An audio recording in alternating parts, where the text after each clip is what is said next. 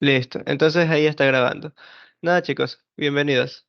La ayudantía de hoy será básicamente lo que ya les dije, el capítulo de lo que es impulso y colisiones, algunos conceptos teóricos claves, obviamente no lo suficiente como para dominar en un CL, pero sí como para poder resolver ejercicios ya de una vez del capítulo. ¿Ok? Recuerden que técnicamente ya no hay de aquí más lección. O sea, estos capítulos no van a ser como quien dice evaluados en una lección, pero sí serán tomados en cuenta en lo que es su examen. ¿Ok? Eh, ya de por sí, sí, para que lo vayan repasando, en parte algunos ejercicios de impulso y colisiones es necesario haber entendido bien lo de trabajo y energía. ¿Ok? Principalmente lo de conservación de la energía en un sistema. ¿Ya? Entonces ahí para que lo tengan en cuenta, lo consideren. Ok, de impulso y colisiones, básicamente no es un capítulo muy complejo que digamos. Trata de estudiar básicamente los objetos luego de que hayan tenido una colisión o algo similar. Ok, entonces, para poder entender eso de ahí, ¿qué pasa cuando, yo qué sé, un carro colisiona con una camioneta, ¿verdad? Que es lo que me permite deducir hacia dónde cada una de estas van a salir disparadas, por ejemplo, o los fragmentos hacia dónde van a llegar. Entonces, para poder entender eso, se introduce uno de los conceptos que viene a ser cantidad de movimiento, ¿ok? Todo objeto que obviamente se encuentre en movimiento va a tener una cantidad respectiva de movimiento. Este de aquí lo señalamos principalmente con la letra P, si no me equivoco, y es igual a la masa multiplicada por la velocidad. Esperen, déjame admito. Listo. Entonces, ¿cuál es el dato aquí? Que sí, cantidad de movimiento, desafortunadamente para ustedes, también es un vector. Es una cantidad vectorial. Lo bueno es que la misma dirección va a tener que el de la velocidad. Es decir, que la masa, como ustedes ya saben que es un escalar, solo funciona como eso, como un escalar. Y la cantidad de movimiento de mi objeto va a tener la misma dirección que la velocidad que éste posee. ¿Ok? Entonces, ¿dónde también podemos ver, como que dice, reflejado esta cantidad de movimiento? Principalmente en lo que es en la segunda ley de Newton. Ustedes recordarán, por ejemplo, que decía la segunda ley de Newton. Sumatoria de fuerzas, o lo que también es la fuerza neta, es igual a la masa por la aceleración. Entonces, ustedes por cinemática han de recordar que aquí era igual la aceleración. Por definición, era igual a la derivada de la velocidad con respecto al tiempo, o la razón. Básicamente, cómo cambia la velocidad con respecto al tiempo. Entonces, si ustedes lo reemplazan, ¿qué es lo que obtienen?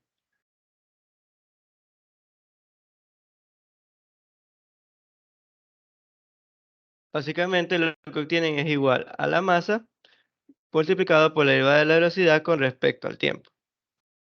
¿Ok? Entonces, ¿cuál es el dato de todo esto? Que ustedes pueden también introducir tranquilamente la masa dentro de la derivada y pueden obtener lo siguiente.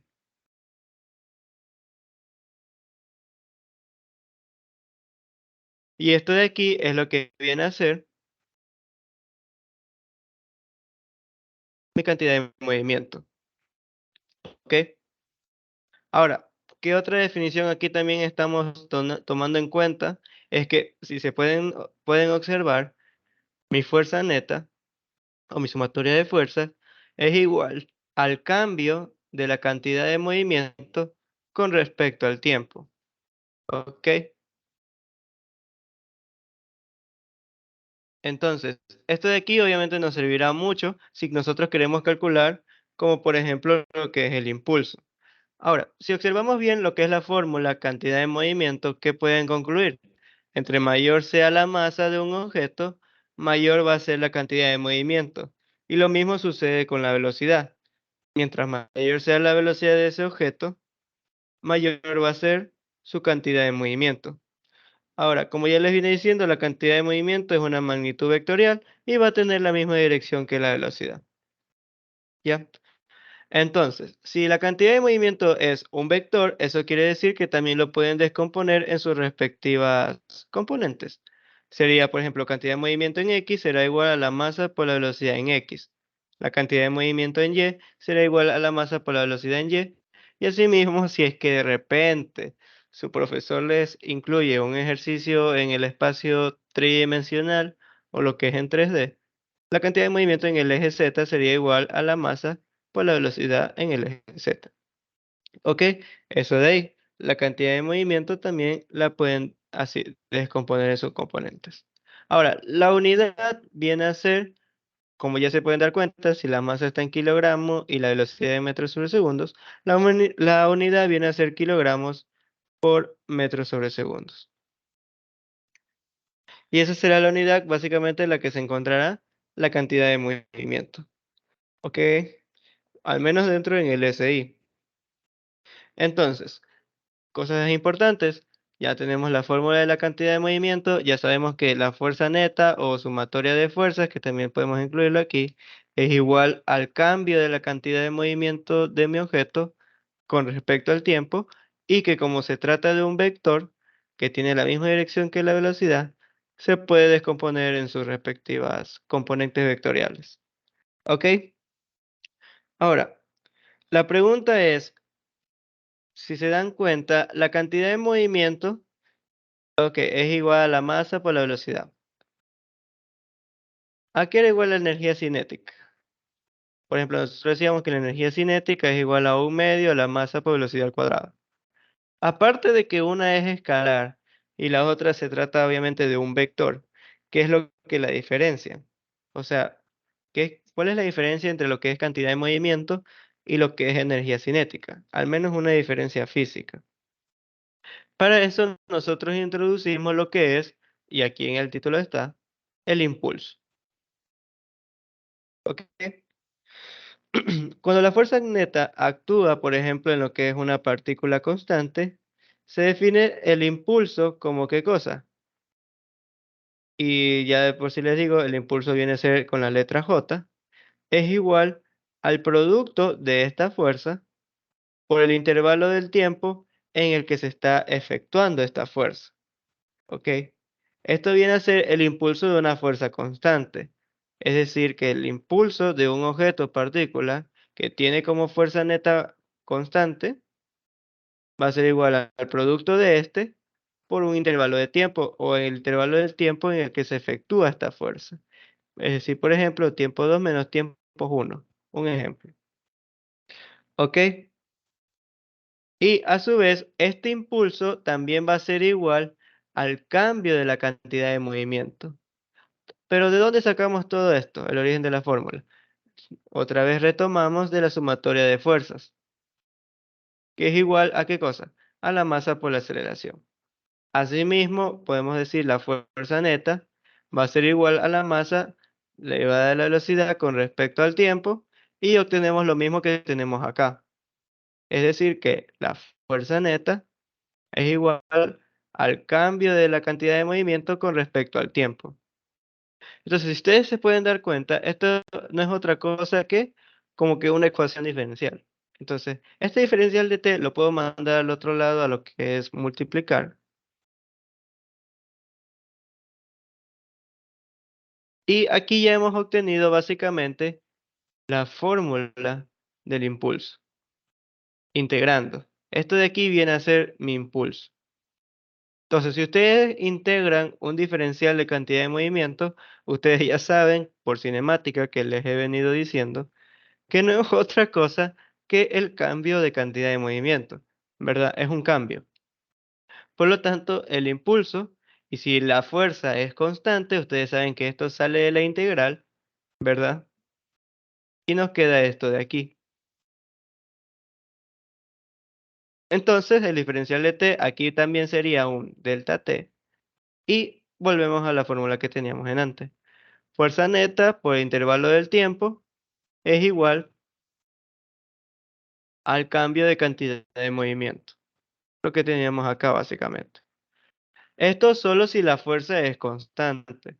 Si ustedes no le dan una fuerza constante, sino que, por ejemplo, le dan una fuerza que depende del tiempo, yo que sé, 2T menos 4 newtons, un ejemplo. Entonces, ustedes no pueden utilizar esto de aquí, porque eso de ahí solo es para fuerzas constantes. Es decir, que solo es un número, no está variando. Entonces, si ustedes quieren calcular el impulso, ahí sí están obligados a utilizar lo que es la integral. Sería la integral de esa fuerza neta respecto al tiempo con el diferencial del tiempo, y esto sería igual al cambio de la cantidad de movimiento. ¿Ok? Entonces, al menos hasta ahí, chicos, ¿tienen alguna pregunta?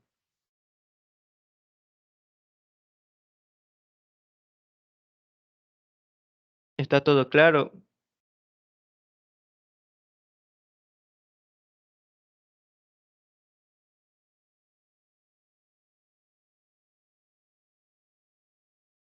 Ok, entonces,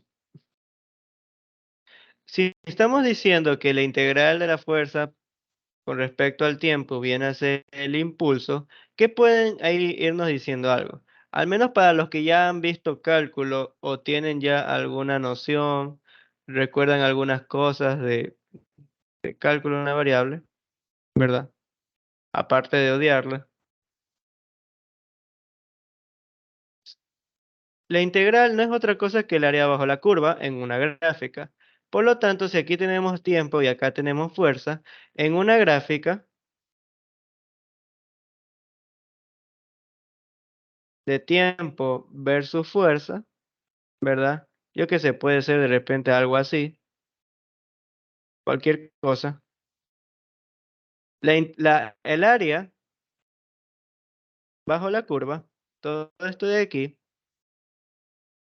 por ejemplo, sea en un tiempo uno y en un tiempo 2, el área bajo la curva viene a ser mi impulso. ¿Ok? Entonces, si a ustedes les dan, por ejemplo, una gráfica de fuerza versus tiempo y les piden calcular el impulso, ustedes ya saben que una de dos, pueden calcularlo obteniendo el área bajo la curva de esa gráfica o si no, integrando en unos respectivos límites. ¿Ok? Entonces, por ahí ya tenemos también definido qué viene a ser lo que es el impulso. ¿Ok?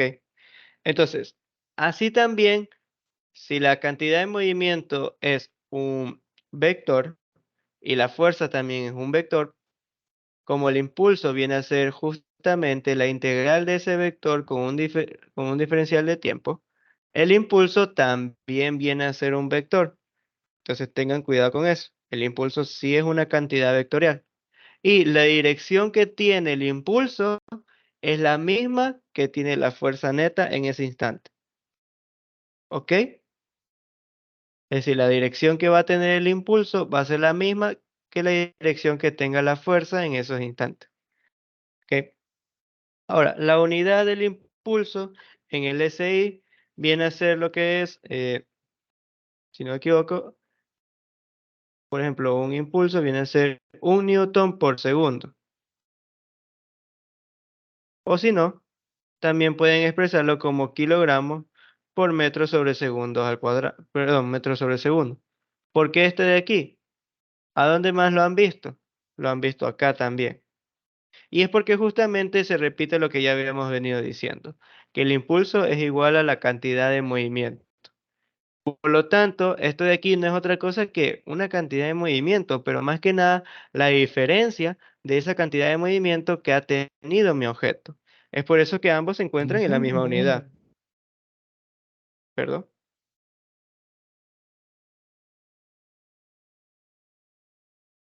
Supongo que nadie dijo nada. Ok. Entonces, ya tenemos ahí básicamente mejor definido lo que viene a ser el impulso.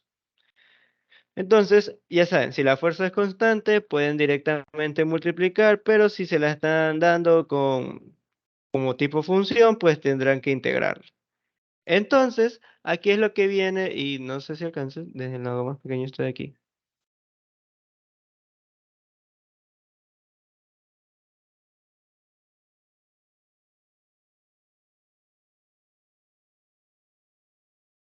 Ok, se rayó.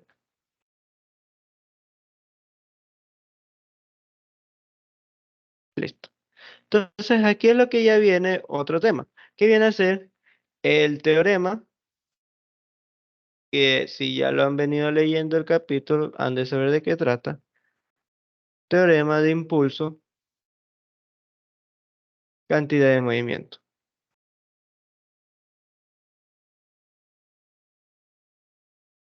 ¿Qué es lo que nos dice el teorema de impulso de cantidad de movimiento?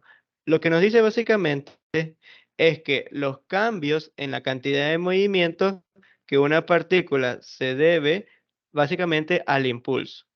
Entonces, todo cambio de movimiento, de la cantidad de movimiento, todo cambio de la cantidad de movimiento se va a deber por un impulso, ¿ok? Ya sea en un determinado tiempo, porque en sí, ¿qué es lo que estamos diciendo? Que el impulso no es otro que la fuerza por un determinado tiempo. Entonces, el impulso no viene a ser otra cosa que la fuerza que actúa sobre un determinado tiempo, ¿ok?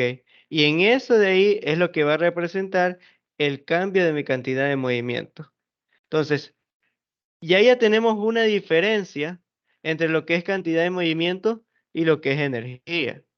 Porque en cantidad de movimiento nosotros trabajamos con el teorema de impulso cantidad de movimiento, que dicta que el cambio de la cantidad de movimiento de un objeto es igual al impulso que éste tiene, que viene a ser el tiempo en el que se efectúa cierta fuerza, ¿verdad? Entonces, mientras que en trabajo y energía, qué teorema teníamos? Teníamos el teorema, ¿cuál? El de teorema de trabajo y energía.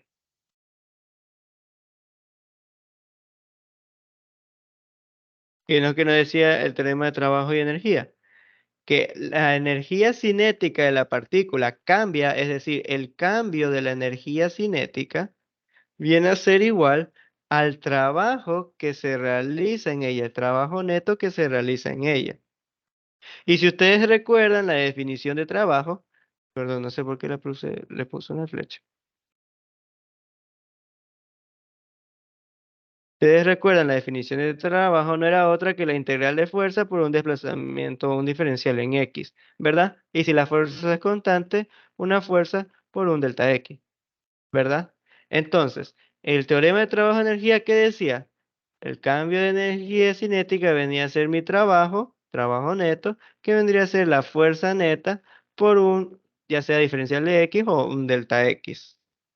Ahora, ahí tenemos básicamente lo que es la diferencia. Uno trabaja en un determinado tiempo, ¿verdad? En el que actúa la fuerza neta, y el otro es en una determinada distancia en el que actúa la fuerza neta. En pocas palabras, y así a breves rasgos, lo que es impulso de colisiones tiene que ver con qué cosa, con el tiempo. Y lo que es de trabajo y energía, como ustedes ya saben, con posiciones y desplazamiento, lo que les venía diciendo desde el capítulo. Entonces ahí ya tenemos, por decirlo así, la diferencia entre ambos, entre cantidad de movimiento, entre lo que es energía cinética y con sus respectivos teoremas. Entonces, ¿tienen alguna pregunta, chicos? ¿Alguna duda?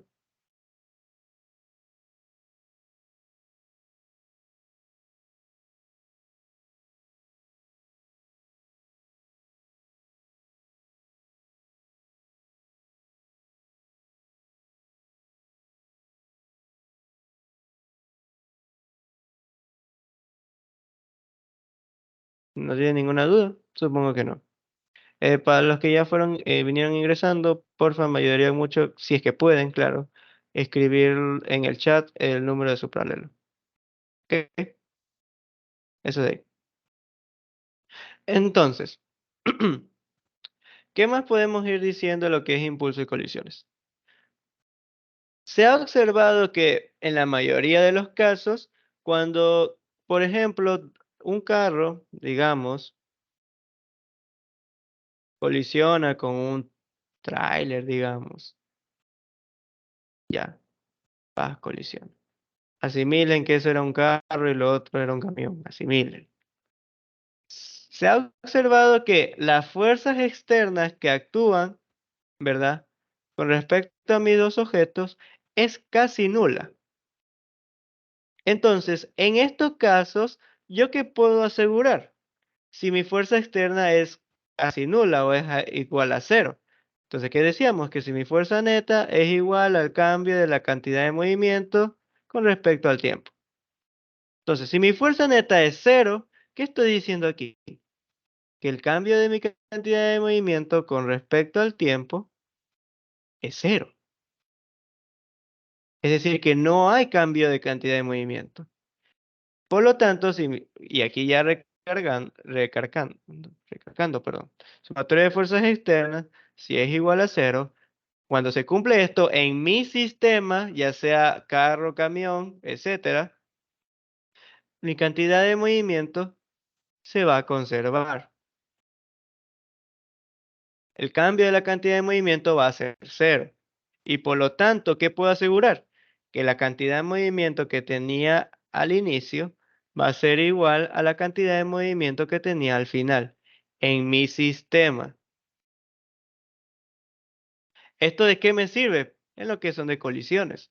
Porque yo puedo decir que esta cantidad de movimiento es antes de la colisión y esta cantidad de movimiento sería después de la colisión, ¿verdad?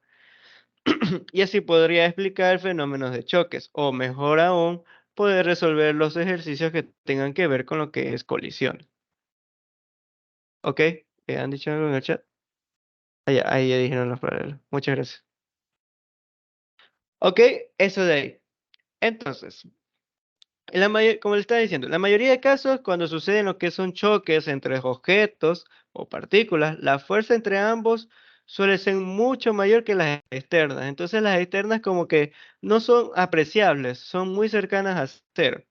Entonces, podemos ignorarlas, decir que son de una vez cero, y si nosotros tratamos ambos cuerpos, por ejemplo, en este caso el carro y el camión, en un sistema aislado, ¿verdad? Solo estoy estudiando a ellos dos, mi cantidad de movimiento se va a conservar, básicamente lo de aquí.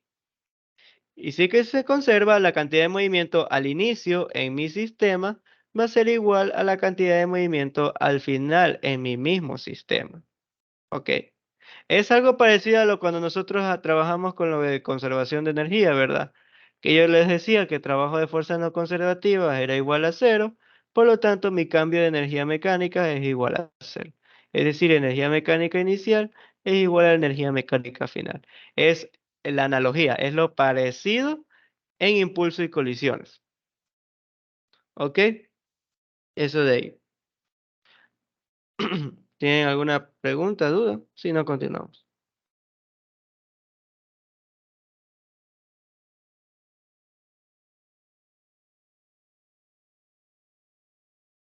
Ok, supongo que no. Entonces, ¿qué más podemos asegurar de esto? Que al menos en lo que son ejercicios y lo que nosotros vamos a venir encontrando, eh, al menos nosotros trabajamos con dos tipos de choques. No sé si hemos trabajado a nivel intermedio, creo que sí. Entonces, tenemos lo que vienen a ser los choques. ¿Algunos de ustedes ya se acuerdan o ya lo han leído? ¿Qué choques nosotros somos con los que trabajamos? Pueden escribirlo, no pasa nada.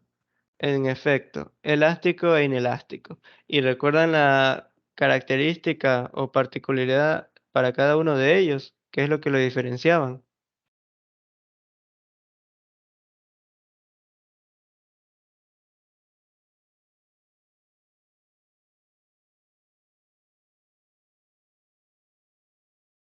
No,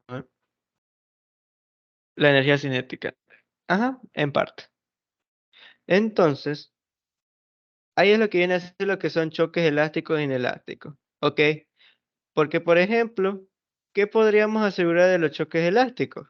Que cuando era un choque elástico es básicamente como si fuera, mírenlo como si fuera como tipo un resorte que hubiera entre ambos objetos. Por ejemplo, tengo un bloque A y tengo un bloque B, digamos, y ambos objetos van como que a chocar. El elástico es básicamente como si aquí hubiera un resorte. De la nada el resorte se comprime y salen ambos disparados.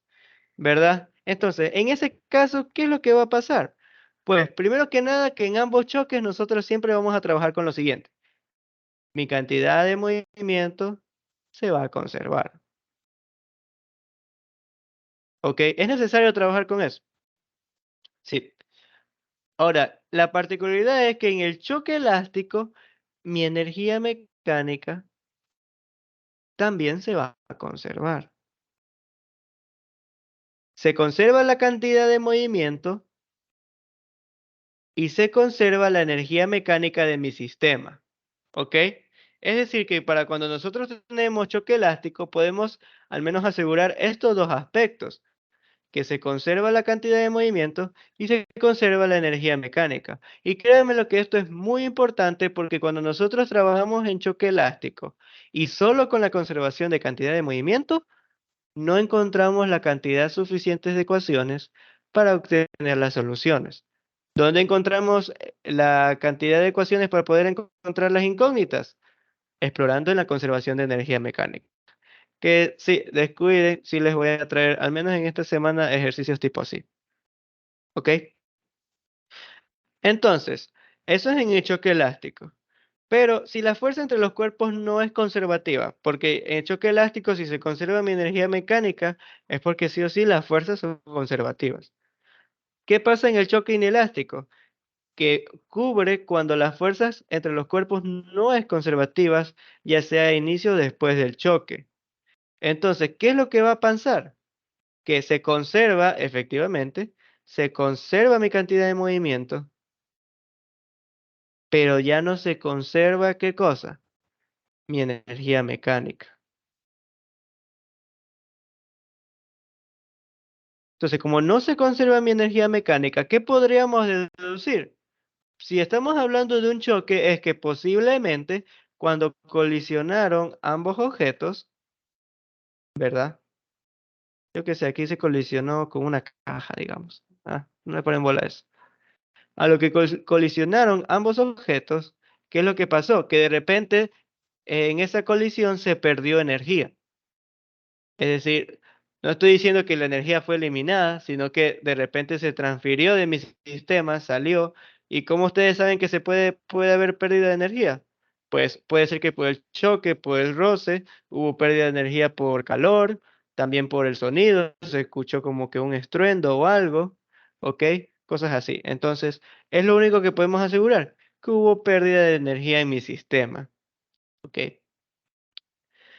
Entonces, eso de choques inelásticos y choques elásticos. Ya saben, choque elásticos mírenlo como si fuera, como que hubiera un resorte en medio, que obviamente no les estoy diciendo que vayan a dibujar el resorte o vayan a decir que hay energía potencial elástica, no, para nada. Solamente es como para que lo entiendan. Es como si hubiera un resorte, obviamente falso, que no existe ahí, que hay entre ambos objetos. Entonces, como cuando colisionan, ¿qué hace? Como que rebotan. Ese es el choque elástico. ¿Qué pasa de ahí? Mi cantidad de movimiento de mi sistema y la energía mecánica se van a conservar. En los choques inelásticos es todo lo contrario. La cantidad de movimiento se va a conservar en mi sistema, pero va a haber pérdida de energía. Ya sea que por durante el choque, quién sabe, se perdió energía ya sea en forma de calor, sonido, etcétera. Y asimismo tenemos un caso que es el de los choques totalmente inelásticos.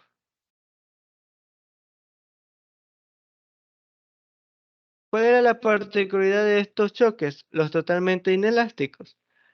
La particularidad de estos choques es que cuando es un choque totalmente inelástico, al final del choque, ¿qué es lo que va a suceder? Que ambos objetos, por ejemplo, venía este con una velocidad, este estaba aquí quieto y de la nada se colisiona. Por ejemplo, aquí velocidad cero. Entonces, ¿qué va a pasar después del choque? O sea, esto es antes. ¿Qué va a pasar después? Que en un choque totalmente inelástico, ambos objetos van a ir como que pegados, ¿verdad? A una misma velocidad. Por ejemplo, si este es A y este B, después del choque, la velocidad de A va a ser igual a la velocidad de B. Esto es en el caso de choques totalmente inelásticos. ¿Ok? Y eso obviamente puede servirnos eh, para algunos tipos de ejercicios que vamos a ir encontrando. ¿Ok? Entonces, hasta ahorita, ¿tienen alguna pregunta, alguna duda? No sé si de repente he ido muy rápido, si no me pueden decir y yo les contesto. Toda la energía mecánica se conserva, no solo la elástica.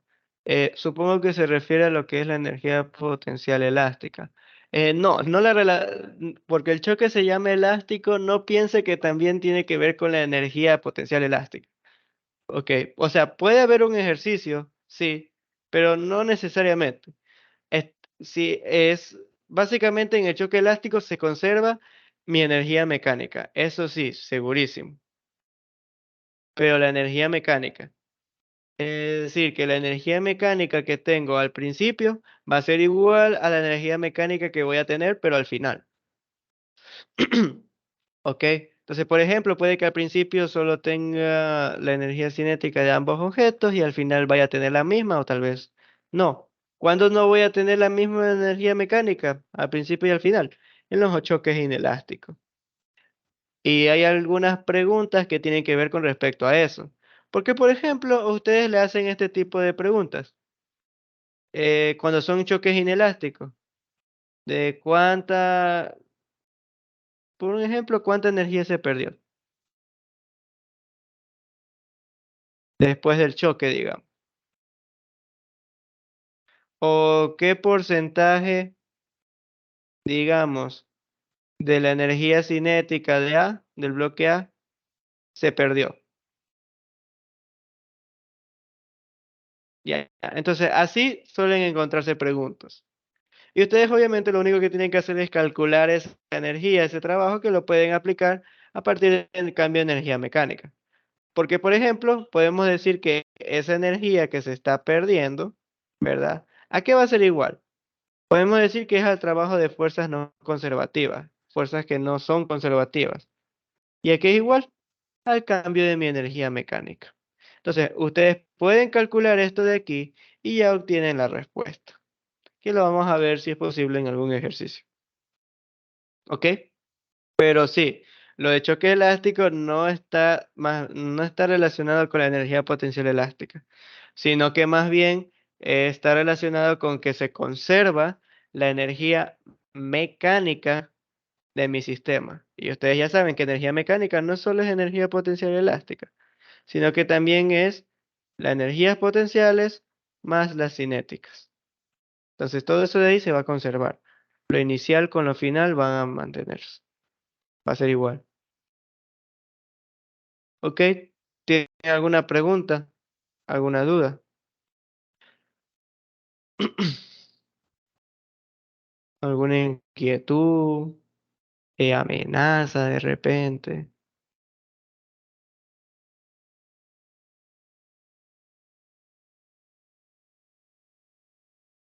Ok, supongo que no. Entonces, como ya sabemos, un choque elástico que viene a ser en un sistema aislado, un choque donde no solo se conserva la cantidad de movimiento, sino que también se conserva lo que es la energía cinética o energía mecánica de mi sistema. Entonces, es un choque elástico de dos objetos, básicamente de forma lo que es adimensional. Por lo tanto, en este tipo de choques, los elásticos, siempre vamos a tener que trabajar con dos tipos de ecuaciones. Una que tiene que ver con la conservación de la cantidad de movimiento y otra con la que tiene que ver con la conservación de la energía mecánica. ¿Cuál es esta? Pues lo que estábamos diciendo, eh, que la cantidad de movimiento inicial va a ser igual a la cantidad de movimiento final. Entonces, si por ejemplo estamos hablando de dos objetos, ¿verdad? ¿Qué sería? Sería la cantidad de movimiento inicial, digamos objeto A, objeto B, la cantidad de movimiento inicial del objeto A más la cantidad de movimiento inicial del objeto B va a ser igual a la cantidad de movimiento final del objeto A más la cantidad de movimiento final del objeto B. Y en el caso de acá, ¿qué estaríamos trabajando siempre? Pues recuerden que estos choques, a no ser que eh, tengan que ver con las energías potenciales, siempre van a ser con las energías cinéticas. ¿Por qué? Porque ambos van con una cierta velocidad. Y si tienen velocidad, obviamente va a tener energía cinética.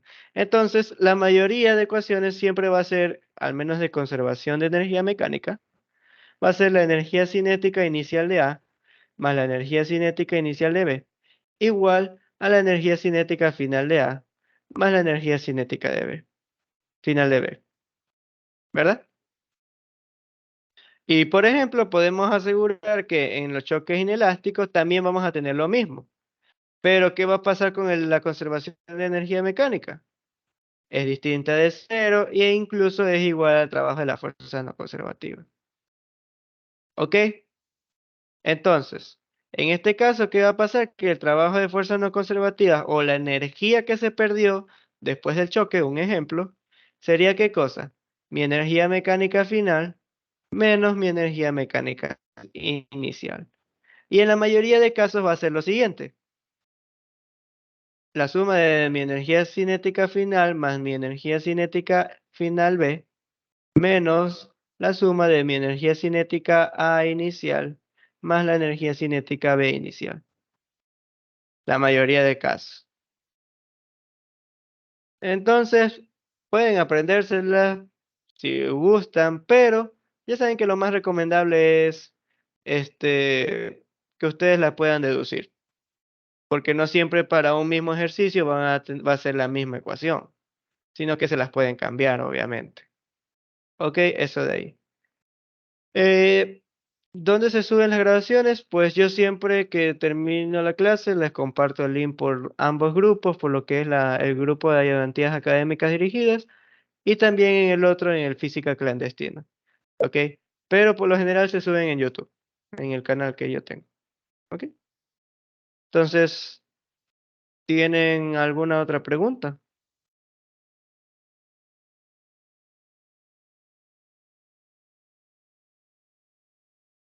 Ahora, si no me equivoco, porque creo que falta un concepto más,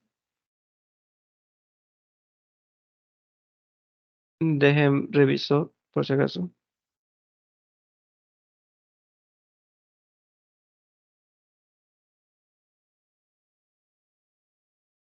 Sí, porque creo que solo es una cosita más que nos falta. Ah, ok. Sí he visto que también, aunque yo no lo suelo utilizar, pero porque igual les pueden pedir o los ejercicios pueden incluir con esto, es lo que es conocido como, y dejen algo de espacio aquí para poder presentar. Y ya con esto terminaríamos. Bueno, hablaremos de algunos ejemplos prácticos. No sé de qué era esta, la dejo por ahí. De lo que es el coeficiente de restitución, si no me equivoco,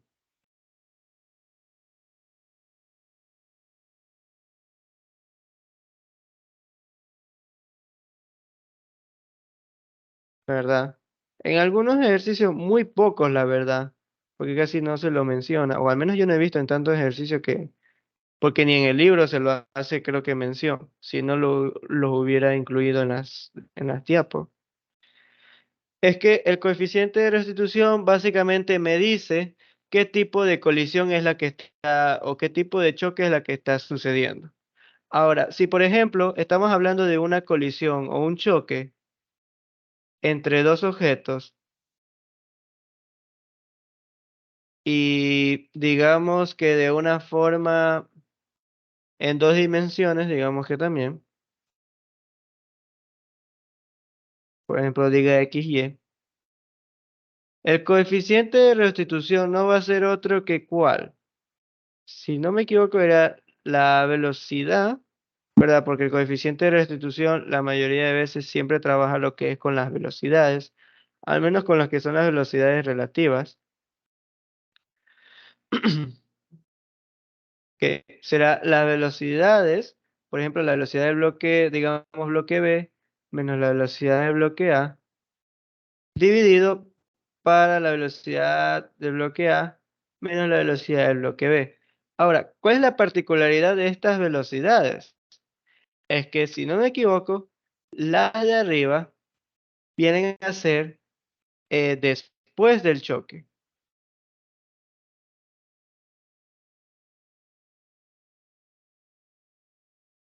y las de abajo es antes del choque.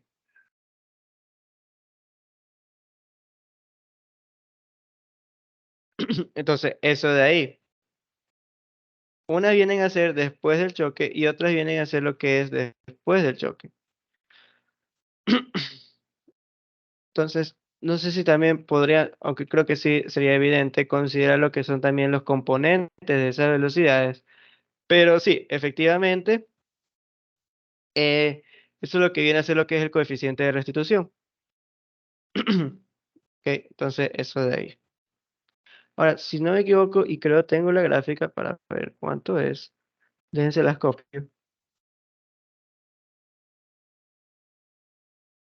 Y si recuerdo tenerla en una imagen.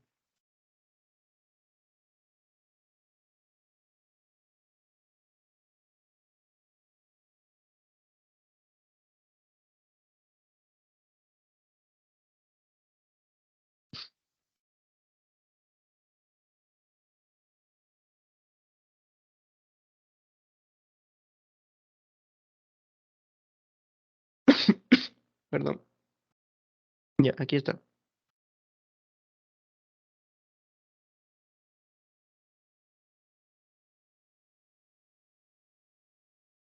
Entonces sería básicamente, voy a ver si se las coloco por acá.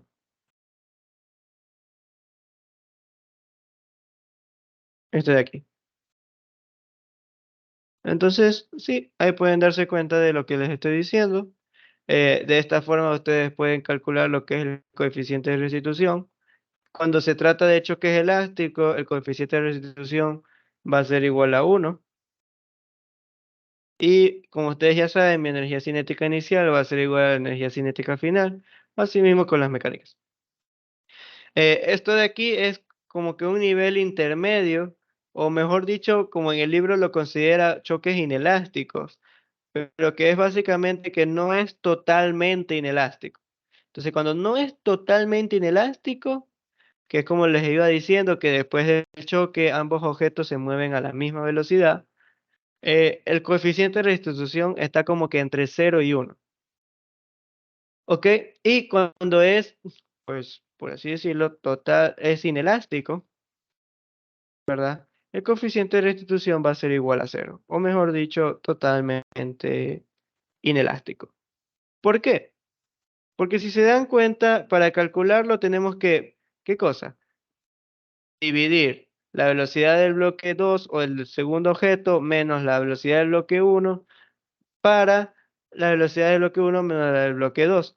Y recuerden que esto de aquí, ¿qué pasa? Aparte de que es una división y una diferencia, lo de arriba es después del choque y lo de abajo es antes del choque. Entonces, si nosotros estamos diciendo que cuando el choque es inelástico, o mejor dicho, totalmente inelástico, ambos objetos se mueven a una misma velocidad, ¿qué va a pasar con esta diferencia? Es como que reste la misma velocidad. Entonces, velocidad 2 menos velocidad 2 va a ser igual 0. Por lo tanto, mi coeficiente de restitución va a ser 0. Eso de ahí. Mientras que al elástico, recuerden que la energía cinética se conserva, por lo tanto la velocidad también debería de conservarse, y es por eso que lo de arriba va a ser lo mismo que lo de abajo, la misma diferencia. Por lo tanto, al dividir, ¿qué me va a quedar? Me va a quedar que el coeficiente de restitución es 1. Entonces, ahí se los dejo por si de repente, aunque no suele pasar, encuentran algún ejercicio que tengan que trabajar con el coeficiente de restitución o se los estén evaluando. ¿Ok? Eso de ahí.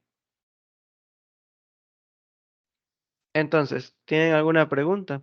¿Alguna duda, inquietud?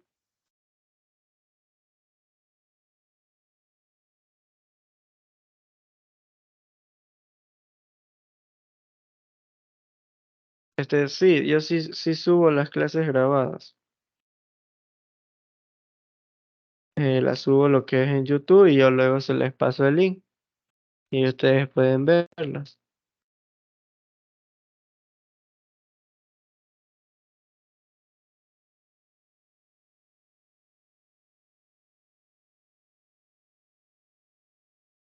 Lo estoy diciendo en YouTube.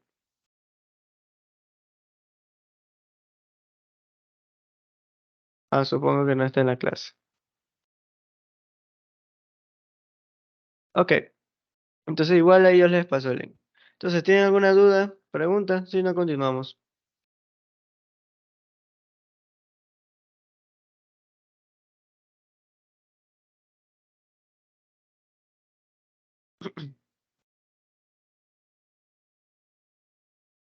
Entonces, vamos a trabajar lo que es con algunos ejemplos. No sé si puedo aplicar esto. No, bueno. Algunos ejemplos, por así decirlo, prácticos, cotidianos, que podríamos ver reflejados de impulso y colisiones. Eh, un ejemplo que yo siempre he como que utilizado, y sí sé que es un poquito como que turbio o feo, es el de, por ejemplo, el de un astronauta. Ya asimilen que es un astronauta, no le paren bola a eso.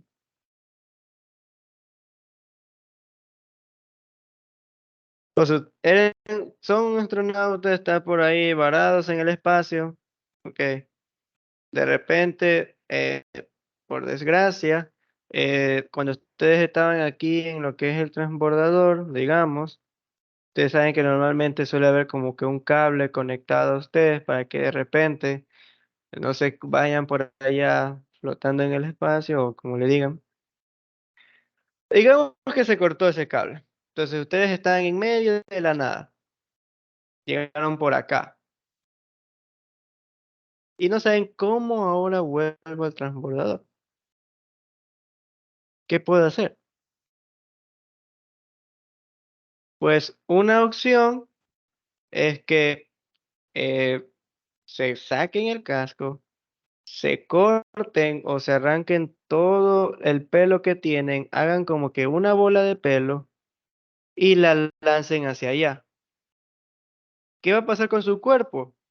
Ustedes van a irse en dirección opuesta. ¿Por qué?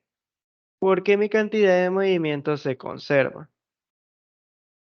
Entonces, si al principio no había nada, o sea, ambos, ustedes estaban en reposo y digamos que la masa de la persona es de 70 kilogramos, un ejemplo, y la masa de lo del pelo era, digamos, 0,1 kilogramos, y ustedes lo lanzan a una velocidad de 2 metros sobre segundo.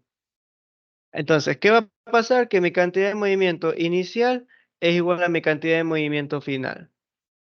Entonces, ¿qué teníamos inicialmente? Cero. ¿Por qué? Porque al principio no hemos lanzado nada, nada se está moviendo. En mi sistema astronauta bola de pelo, nada se está moviendo. Entonces todo está en reposo, mi cantidad de movimiento es cero. Al final, ¿qué voy a tener?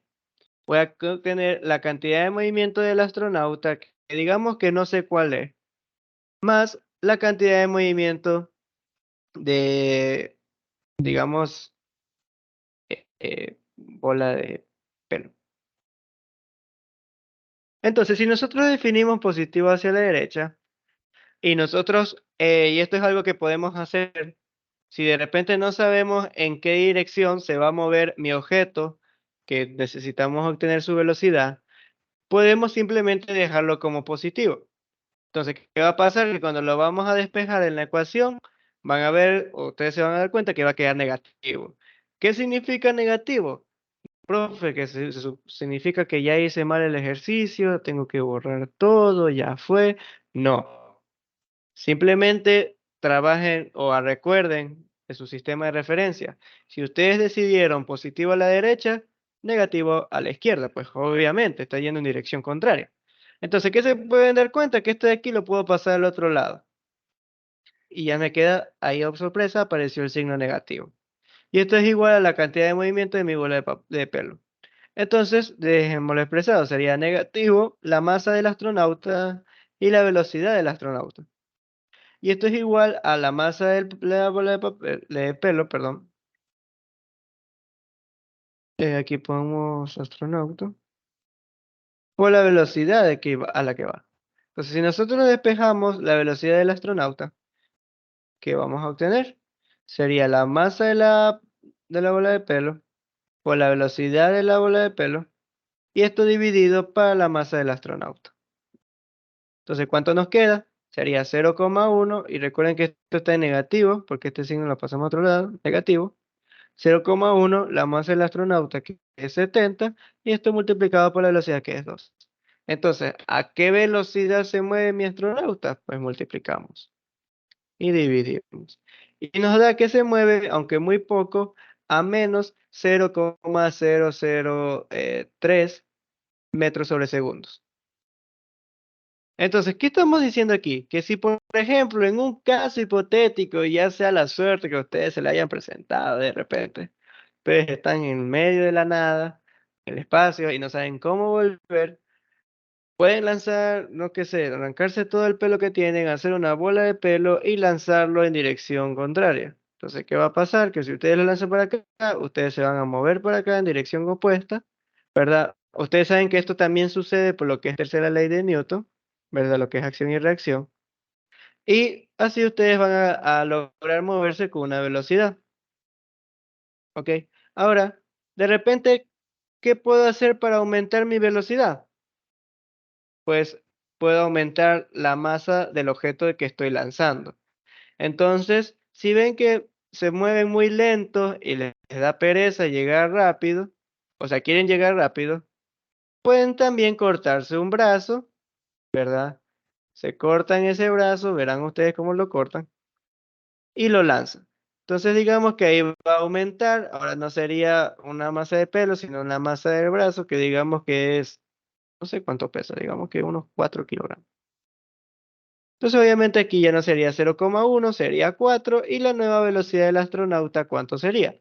Sería 4 por 2 dividido para 7 y me da de menos 1,14 metros sobre segundos.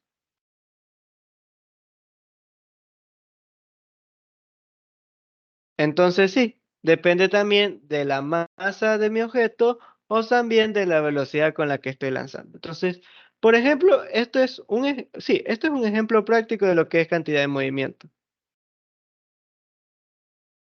Bueno, ahí sí sería un poquito feo. Pero recuerden que está en el espacio, entonces si no hay fuerzas externas, su aceleración va a ser cero y van a mantener esa velocidad constante. Lo único que va a cambiar es que se van a mover muy lentos. Entonces, ese es un ejemplo de cantidad de movimiento y ustedes lo pueden aplicar también. Por ejemplo, digamos que ahorita están sentados en una silla. Por favor, una silla que yo que sé, tiene rueditas. Y ustedes están aquí sentados, digamos, espero, atendiendo la clase. Entonces, ¿qué pasa si ustedes se levantan y hacen como que un empujón a la silla? ¿Qué es lo que va a pasar? Que ustedes se van a mover para acá y la silla, ¿qué va a pasar? ¡Pum! Se va para atrás. ¿Por qué? Porque mi cantidad de movimiento se va a conservar. Entonces, por ejemplo, si no me equivoco, cuando fue mi semestre, una pregunta teórica era la de que estaba un bote y había una chica aquí. Entonces dice que la chica salta y sube a una plataforma. Y la pregunta es, ¿hacia dónde se mueve el bote? Pues obviamente si se conserva mi cantidad de movimiento en dirección opuesta. Eso de ahí.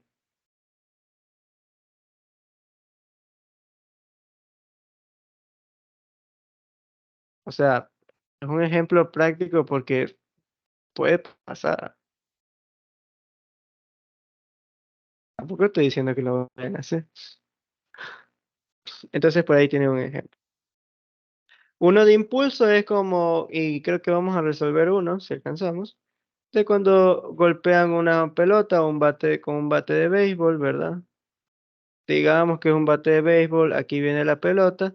Entonces, el impulso básicamente es el tiempo en el que está en contacto esa pelota con el bate y la fuerza que le estemos ejerciendo. Entonces, en ese tiempo que la pelota está en contacto con el bate y estamos ejerciendo una fuerza, viene a ser mi impulso, que va a ser también el cambio de la cantidad de movimiento, en este caso de la pelota.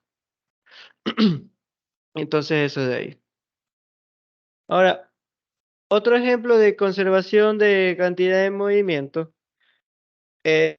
porque, por ejemplo, ¿Por qué cuando un camión está yendo a una velocidad, digamos, de 120 kilómetros, sería básicamente 33 metros, 33,33 metros sobre segundo, digamos, 120 kilómetros por hora? Y aquí hay un mosquito, ¿verdad? Que se está moviendo, digamos que a una velocidad de, ¿qué se mueve?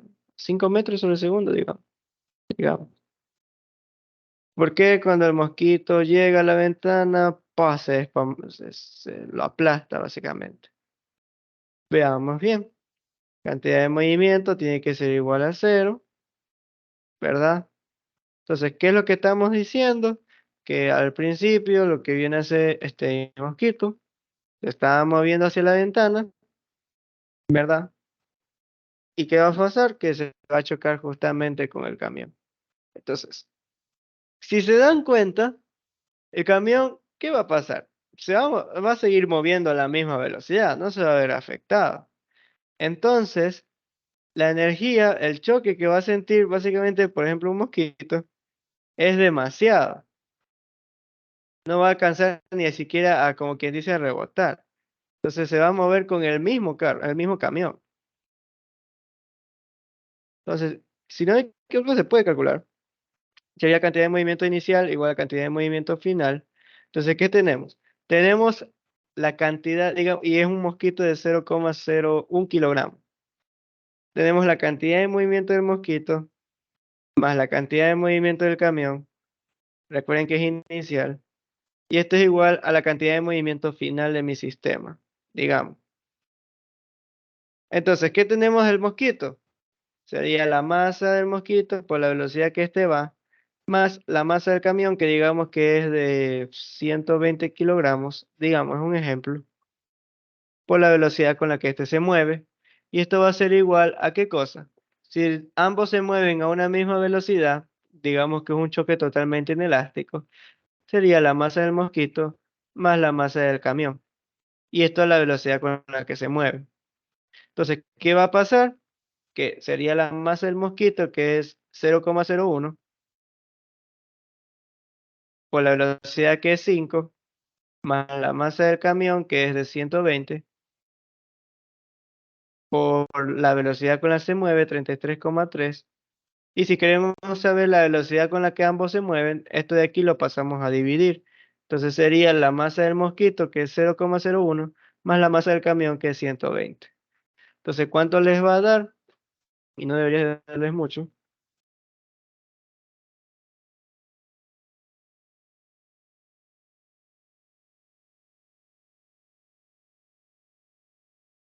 En efecto, si se dan cuenta, ni siquiera se afecta tanto la velocidad del camión. Es ahora 33,29 metros sobre segundo. Casi se mantiene igual, 33,30. Entonces, ¿qué va a pasar con la, digamos, con la energía cinética de mi mosquito? La energía cinética final menos energía cinética inicial. Es decir, sería un medio la masa del mosquito y aquí nos quedaría la velocidad final del mosquito, 33,29 al cuadrado, menos los 5 al cuadrado. Entonces, si ustedes calculan eso y recuerden que esto solo es del mosquito, porque si hacemos de todo el sistema sería mucho mayor. Multiplicamos por la masa del mosquito, 0,01, dividimos por 2. Y ya, y nos dice que básicamente la energía que ha perdido de mi mosquito es igual a 5,41 joules, ¿verdad? Pero si ustedes calculan de todo el sistema, verán que es mucha energía y obviamente mi mosquito, lo que es el mosquito se va a desparramar en la ventana. Entonces, por eso que también suele suceder eso. Algo insignificante, algo pequeño, algo de muy poca masa, difícilmente va a poder detener algo que es mucho más grande, que tiene, es mucho más masivo, tiene mucha mayor masa que eso de ahí. Y sí, entre mayor sea la velocidad, mayor va a ser la cantidad de movimiento y podríamos asegurar que el choque va a ser peor. Entonces ya saben el miedo que tienen que tener cuando el bus en el que van a toda velocidad. Donde también podemos ver reflejado esto de la cantidad de movimiento. Por ejemplo, digamos que ustedes han llevado un negocio, digamos que algo ilícito, y aquí está la puerta de su casa, y vinieron los de la policía con un tipo de esto, como que es con el que derriban la puerta, ¿verdad? Entonces, ¿qué es lo que pasa? Si por ejemplo es de madera, y que digamos que es una masa no tanto de, yo qué sé, 2 kilogramos, y le están moviendo eso a una velocidad de 5 metros sobre segundo, digamos, ¿cuál va a ser la cantidad de movimiento? Sería básicamente 10. ¿Qué cosa? Kilogramos por metro sobre segundo. Pero si, por ejemplo, movemos ese mismo objeto a la misma velocidad, pero digamos que de metal mucho más masivo, digamos que de 10 kilogramos, ¿qué va a pasar ahora? La velocidad se mantiene igual. ¿Qué va a pasar con mi cantidad de movimiento? Ahora, ¿cuánto es? 50 kilogramos por metro sobre segundo. Es decir, que hemos, ¿qué cosa? Multiplicado por 5 la cantidad de movimientos. Y es por eso que estos, mientras mayor sea, el material sea de mayor masa, o sea, ya saben que para que tenga mayor masa es que la densidad de ese material con respecto al espacio sea mayor. Entonces, mayor sea la masa, ¿qué va a pasar? Mayor va a ser la cantidad de movimiento de mi objeto y obviamente puedo derribar un objeto con mayor facilidad. En este caso sería la puerta, eso de ahí. Entonces, con respecto a lo que es el capítulo de impulso y cantidad de movimiento, y ya mañana veríamos lo que es centro de masa, ¿tienen alguna pregunta antes de pasar a el último concepto y hacer algunos ejercicios?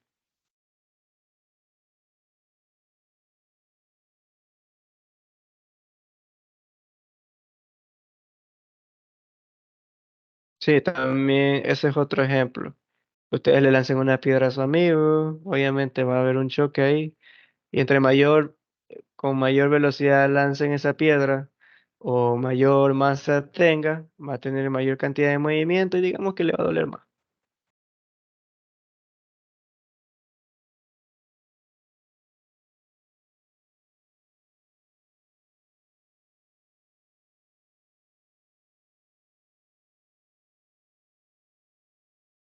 Ok, entonces nada, continuamos.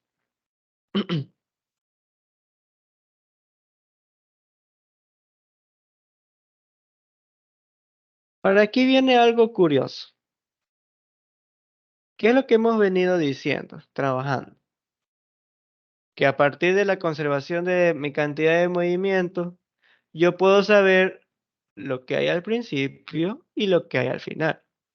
Y si recordamos lo que es cantidad de movimiento, no es otra cosa que la masa y la velocidad del objeto, de una partícula. ¿Y qué no es una partícula, sino como por ejemplo lo que son los átomos?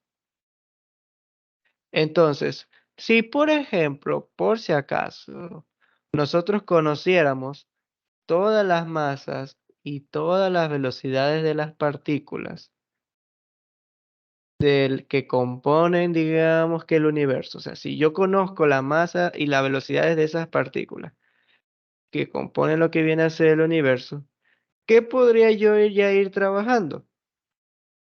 Que podría saber el antes y después de esas partículas.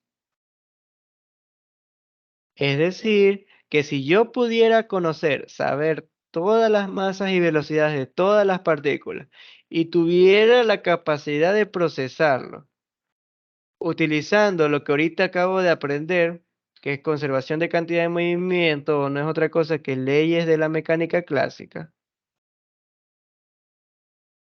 podría saber el antes y después de esas partículas, ¿verdad? Y no solo lo de las masas y velocidades, todo lo que tendría, por ejemplo, propiedades, características, condiciones, el posición, el momento, y digamos que cada átomo que compone el universo no es otra cosa que partículas. Entonces, si fuera de cada átomo que forma el universo y podemos procesarlo, realizar los respectivos cálculos, como lo que es aplicar conservación de cantidad de movimiento, podríamos predecir básicamente el pasado y futuro ¿de qué cosa?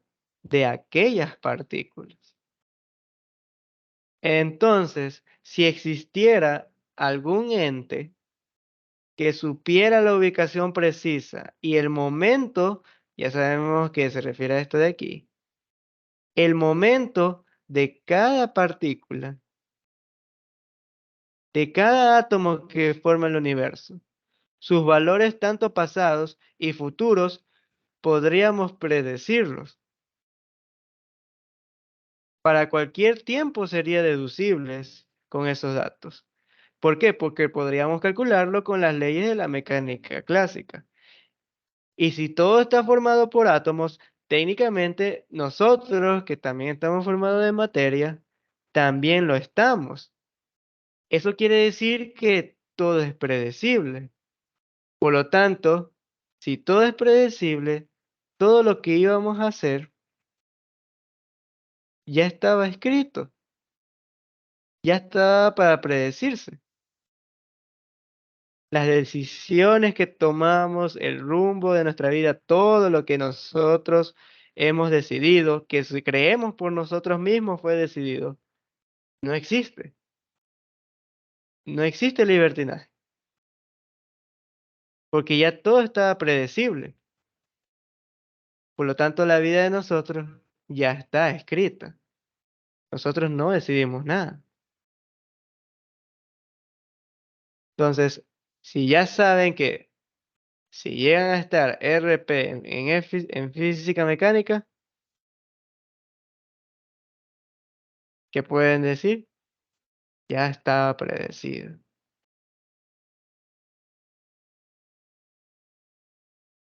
Si se llevaron mal con un amigo,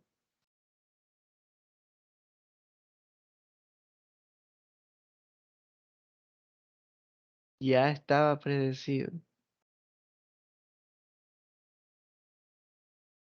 Porque esa es la conclusión que llegamos con este capítulo. ¿O ustedes qué dicen? Muy fácil este capítulo, profe. ¿Qué opinan? Muy fácil este capítulo. No, o sea, me refiero a la reflexión de ahorita. Todo ya está predecido. Por ejemplo, no sé, que salieron mal en la elección de trabajo y energía, digamos. Ya estaba Yo, predecido que iban a salir mal. Es lo que nos está diciendo la teoría de conservación de cantidad de movimiento. Si nosotros conocemos las masas, velocidades de todas las partículas que forman el universo y podemos calcularlo, o tenemos la capacidad de procesarlo aplicando leyes de mecánica clásica, como lo que es conservación de cantidad de movimiento, podríamos predecir el futuro y pasado de esas partículas. Y si todo lo que es nuestro universo está formado técnicamente por partículas, que es átomos, y conocemos el pasado y futuro de esos átomos, técnicamente conocemos el pasado y futuro de todo. Y si ese ente puede procesarlo y sabe todo el pasado y el futuro de nosotros, del universo, entonces todo ya estaba predecible. Entonces todo lo que yo he hecho hasta ahora ya estaba escrito. Crisis existencial. En realidad no. Sí, sé que escuchó muy bonita la charla. Básicamente, si leen las diapositivas, pues saben lo que estoy hablando. Es lo que es el demonio de Laplace. Lo pueden investigar si desean. Que sí, básicamente tiene que ver con este capítulo. Pero la verdad es que no. Lastimosamente ya fue refutado todo lo que acabo de decir. Técnicamente no es cierto. Hasta ahorita no se puede concluir si realmente lo que es de nuestra vida es predecible o no. ¿Cuáles fueron los contraejemplos para toda esta teoría que he planteado? pues básicamente algunos conceptos o leyes de termodinámica que se contradicen si se aplica lo de aquí, y también algo que tiene que ver con lo que es la mecánica cuántica. Entonces, no, al menos no podemos asegurar que todo es predecible por ahora. Entonces, nada, chicos. Hasta ahorita aquí creo que sería lo que es teórico de la cantidad, lo que es impulso y colisiones. Mañana sería, es muy pequeño, no es tanto tiempo, por eso quiero hacerlo nomás mañana, lo que es centro de masa, porque incluso en el mismo libro lo meten en este mismo capítulo. No es muy complicado. Entonces, eso sería todo lo teórico y de ahí ya podríamos, básicamente lo que es ir a algunos ejercicios. Sí, dime, Sapu. Hola. No, se me echó la mano, disculpe. Disculpe, Ah, profe. ya, no pasa nada, no pasa nada. Todo bien. Entonces, ¿tienen alguna pregunta? ¿Alguna duda, inquietud, molestia con respecto al capítulo?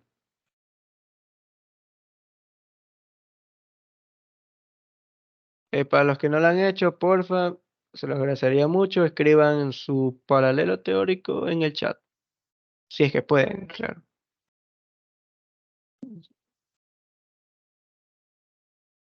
Ok, eso de ahí.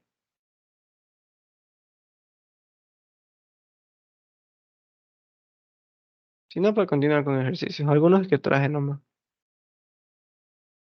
Entonces, esto es todo lo que hemos venido explicando.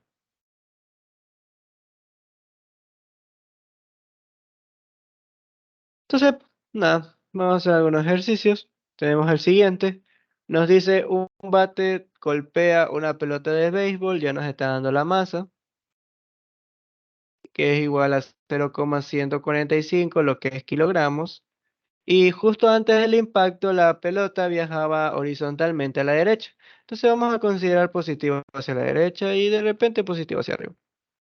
Entonces viaja a una velocidad, digamos que antes del impacto, entonces podemos decir inicial, de 40 metros sobre segundo. Entonces, cuando deja el bate, porque ustedes saben que va la pelota, choca con el bate, ¿verdad?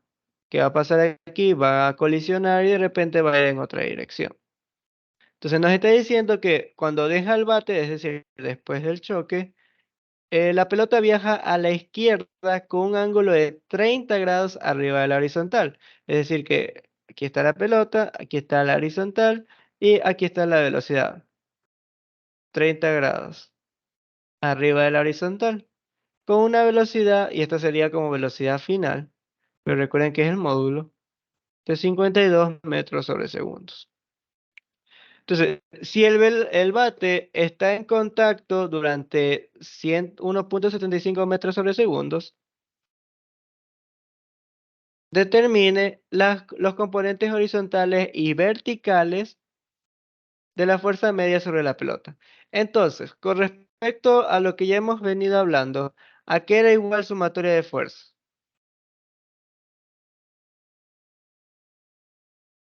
¿Qué recuerdan, chicos?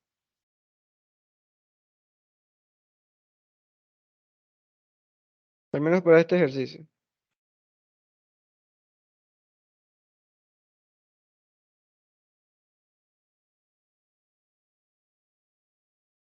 ¿A qué era igual la sumatoria de fuerzas a la fuerza neta?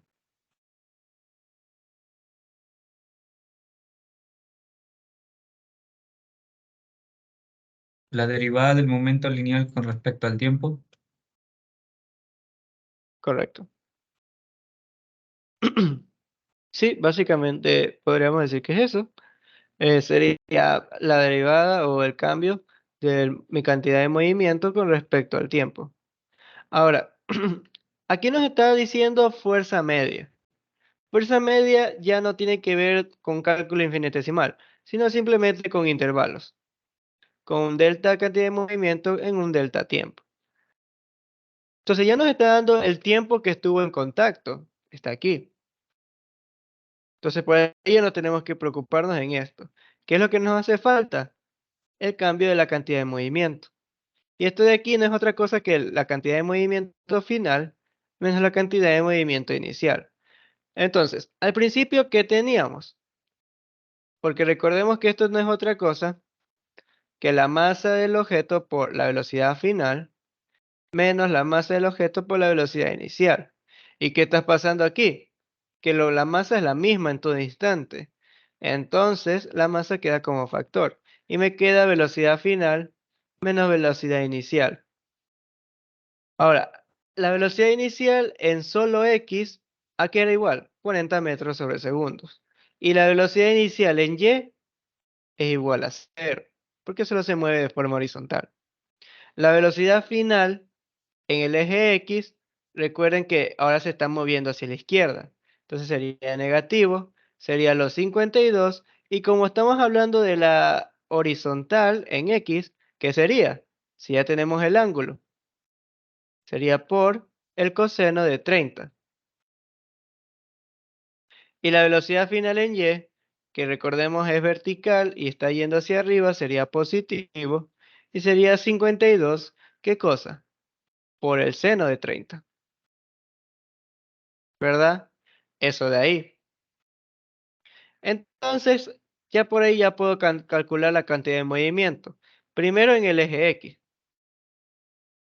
Sería la masa y sería la velocidad final en X menos 52 coseno de 30 y la velocidad inicial que sería menos 40. ¿Cuál sería mi cantidad de movimiento en Y? Sería igual a masa. ¿Y acá qué nos quedaría? La velocidad final en Y es 52 seno de 30 o 52 dividido para 2 y menos 0, porque al principio no teníamos velocidad en Y. Por lo tanto, ya puedo calcular en ambas y ya puedo calcular la fuerza media en el componente X, que ¿qué cosa sería? Sería el cambio de cantidad de movimiento en X, es decir, la masa, menos 52 coseno de 30 menos 40 dividido por el intervalo de tiempo, que sería 1,75 milisegundos. Ahora, esto de aquí no es otra cosa que ¿cuánto? Si lo pasamos a segundos, sería dividirlo para 1000. Entonces sería 0,00175 segundos.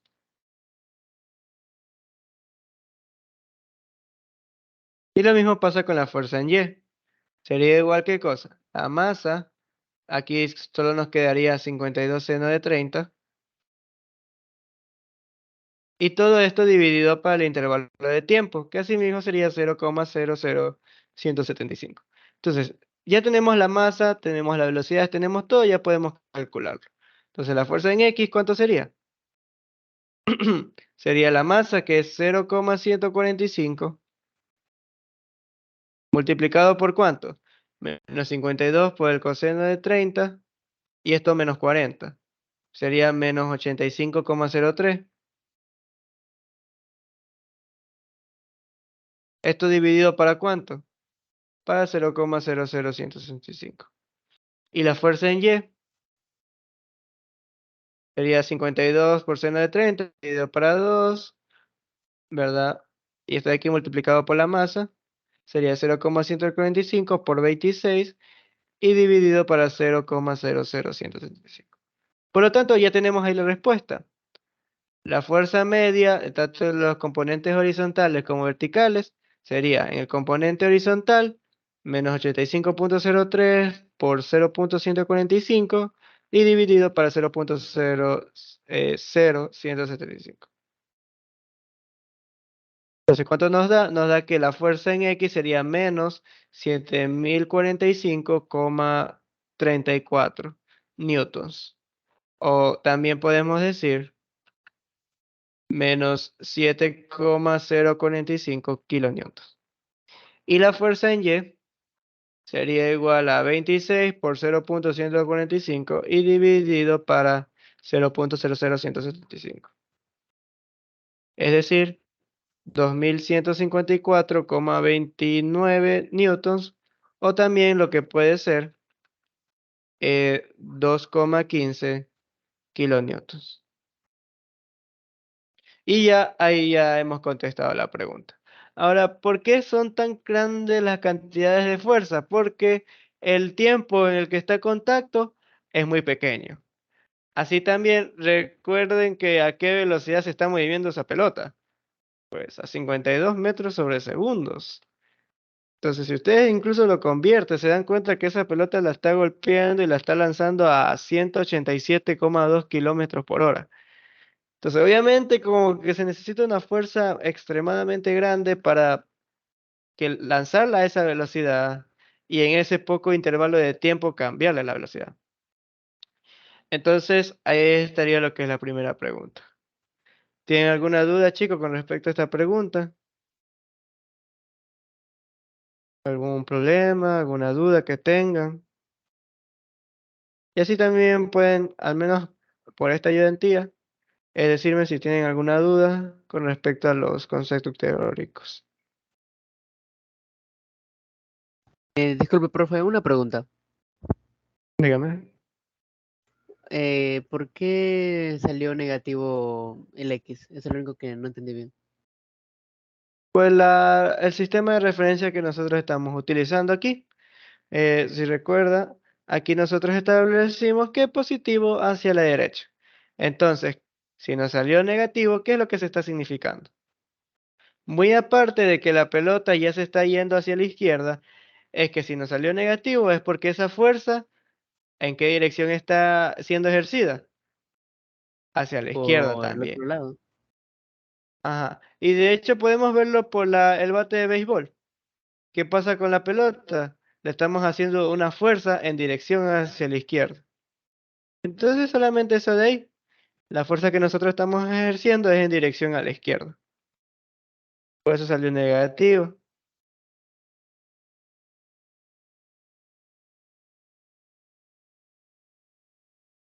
Y así también si desean pueden calcular el módulo o la dirección. Pero ustedes ya saben que para eso es Pitágoras y ya está.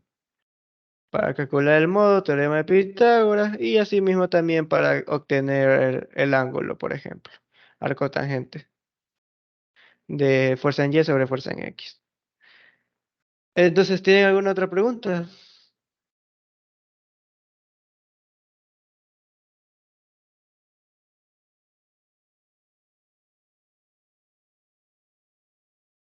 Dime. Sí, se estaba grabando la clase, ¿verdad? ¿Sí? Está Ah, grabando. dale, dale. Eh, ¿Alguna otra pregunta? No, continúa.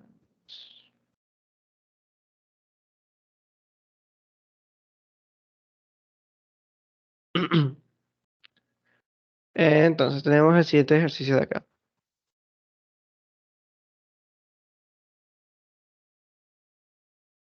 Entonces, tenemos que el bloque A de la figura tiene una masa de 1 kilogramo. Y el bloque B tiene una masa de 3 kilogramos. Entonces, A y B se juntan de una manera forzada, comprimiendo un resorte S, comprimiendo este resorte de aquí básicamente, entre ellos. Luego el sistema se suelta del reposo en una superficie plana sin fricción, es aquí, aquí no hay fricción. Entonces, el resorte de masa despreciable está suelto y se cae cuando la superficie se cae a la superficie después de extenderse. Es decir, el resorte ahorita al principio estaba comprimido, los dos bloques los estaban como que comprimiendo y luego se libera del reposo. ¿Qué pasa? Que este resorte va a empujar a ambos, se van a mover y cuando ya el resorte está estirado totalmente, va a caer a la superficie. Es decir, ya no va a afectar a los bloques. Entonces, está diciendo que el bloque B adquiere una rapidez, y obviamente esto es después, de 1,20 metros sobre segundos. Nos está preguntando qué rapidez final tiene A y cuánta energía potencial se almacenó en el resorte comprimido. Eso de ahí. Entonces, con qué podríamos trabajar? ¿Qué concepto de lo que hemos visto hoy podríamos utilizar? Vamos, chicos.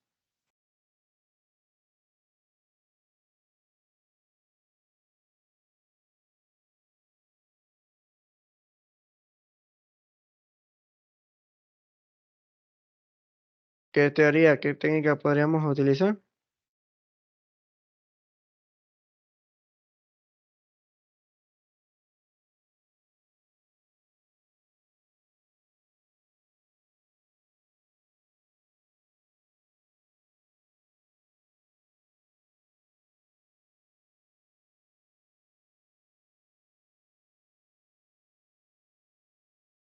¿Qué dice, chicos? Denme alguna idea.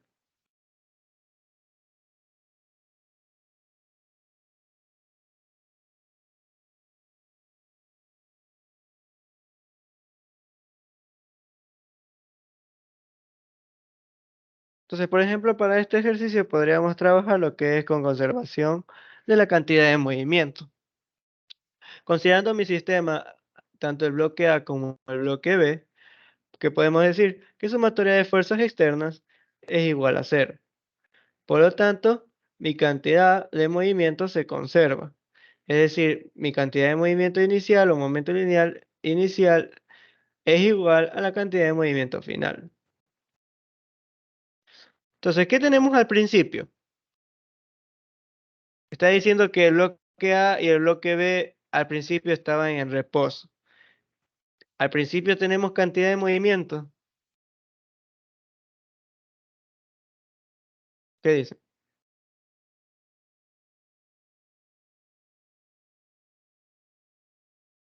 También pueden escribir en el chat, no pasa nada. La cantidad de movimiento inicial no sería cero, por lo que se suelta el reposo. Claro, al principio sería cero, porque la velocidad de ambos objetos es de cero. Entonces al principio yo no tengo cantidad de movimiento. Y al final,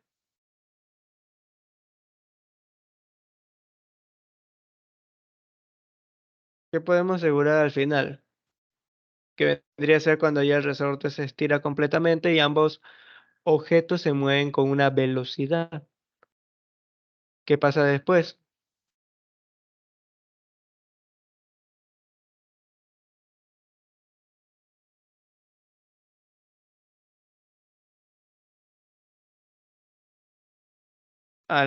Después, si hay cantidad de movimiento. Nacho, esa pregunta es muy básica, deberían poder contestarlas. Claro, porque adquiere una rapidez. Ujú. Entonces, ahora tendré tanto cantidad de movimiento del bloque A como cantidad de movimiento del bloque B. Entonces podemos definir de una vez positivo hacia la derecha, un sistema de referencia. Y esto de aquí podemos desglosarlo como la masa del bloque A, cantidad de movimiento del bloque A, más la masa del bloque B, perdón, ¿qué digo aquí? La masa del bloque A por la velocidad del bloque A,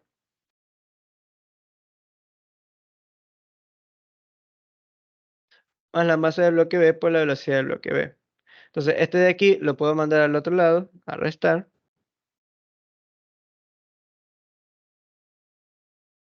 Y yo justamente, ¿qué es lo que deseo? La velocidad del bloque A, final. Entonces, ¿qué puedo hacer? Esta, esta masa de aquí, pasarla a dividir.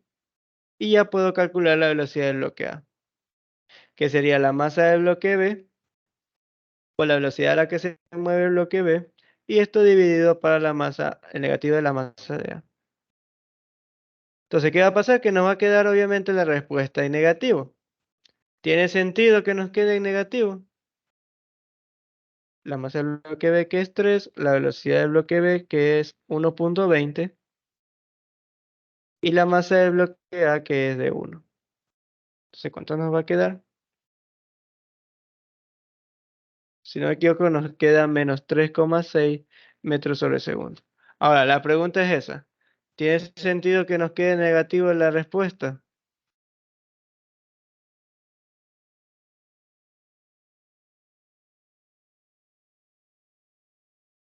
¿Qué dicen, chicos? Sí, por el marco de referencia. Ujú.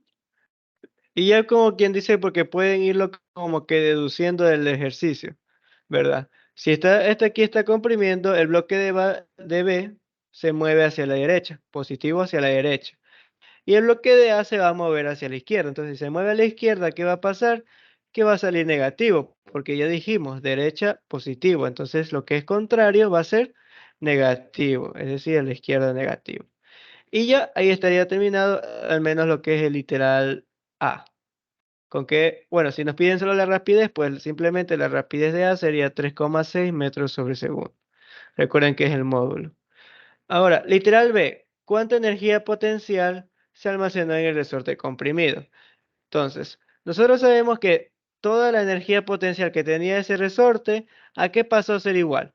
A la suma de la energía cinética de ambos objetos. Entonces, nosotros podemos asegurar que esa energía potencial va a ser igual a la energía cinética de A más la energía cinética de B. Obviamente final, después de que se estiró. Entonces, ¿a qué sería igual? Sería un medio, la masa del bloque A, y esto por velocidad de A al cuadrado, más un medio, la masa del bloque B, por velocidad de B al cuadrado. Entonces, ¿cuánto nos queda? Sería un medio, y aquí tendríamos la masa que es 1, la velocidad de A que ya la calculamos es 3,6 al cuadrado, más la masa del bloque B que es 3 y multiplicado por 1,20 que es la velocidad de B y esto al cuadrado. Entonces ya podemos calcular la energía potencial. ¿Cuánto sería igual? 1,2 elevado al cuadrado multiplicado por 3 y más 3,6 elevado al cuadrado. Entonces aquí dividido por 2 y nos da que la energía potencial es de 8,64 joules, si no me equivoco.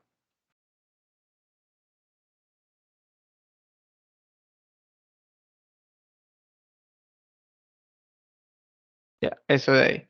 Entonces ahí ya estaríamos calculando lo que es el literal B. Entonces, ¿tienen alguna pregunta, alguna duda con respecto a este ejercicio?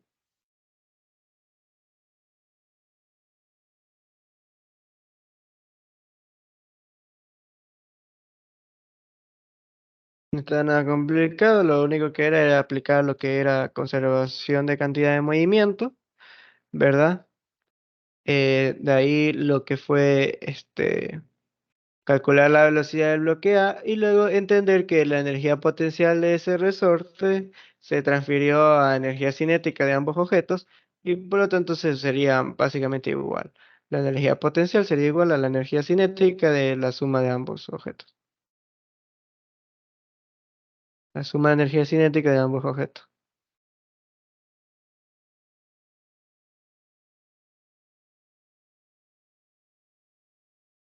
¿Tiene alguna pregunta?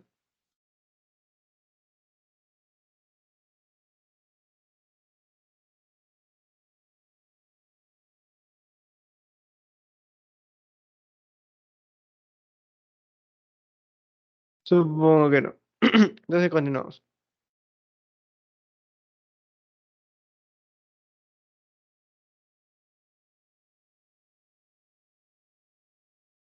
Ya tenemos aquí lo que es choque de asteroides. Wow. Entonces tenemos dos asteroides de igual masa pertenecientes al cinturón de asteroides entre Marte y Júpiter chocan de forma oblicua. El asteroide A, que inicialmente viajaba a 40 metros sobre segundos, se desvía 30 grados con respecto a su dirección original, mientras que el asteroide B, que inicialmente estaba en reposo, viaja a 45 grados con respecto a la dirección original de A, ¿verdad? Entonces nos pide calcular literal la rapidez de cada asteroide.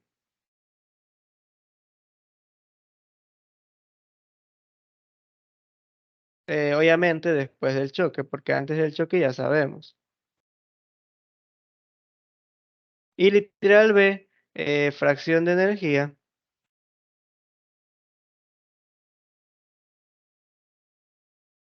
cinética original de A, que se disipa, ¿verdad? Entonces tenemos eso de ahí. Primero podemos marcar un sistema de referencia, positivo hacia la derecha, positivo hacia arriba, y tenemos que ya, nos quedaría positivo la velocidad del bloque del asteroide A al inicio. La velocidad del asteroide B al inicio ya sabemos es 0 porque estaba en reposo. Y nos está diciendo que ambos tienen la misma masa, entonces la masa del asteroide A va a ser igual a la masa del asteroide B. Entonces, ¿qué podemos trabajar? Podemos trabajar con conservación de cantidad de movimiento. ¿Por qué? Porque la sumatoria de fuerzas externas a mi sistema de ambos asteroides es igual a 0. Por lo tanto, la cantidad de movimiento inicial va a ser igual a la cantidad de movimiento final. Y esto lo puedo desglosar en dos. Cantidad de movimiento inicial, porque recuerden que estos son vectores, cantidad de movimiento inicial en X es igual a cantidad de movimiento final en X, y cantidad de movimiento inicial en Y es igual a cantidad de movimiento inicial en, perdón, final, ¿qué es final?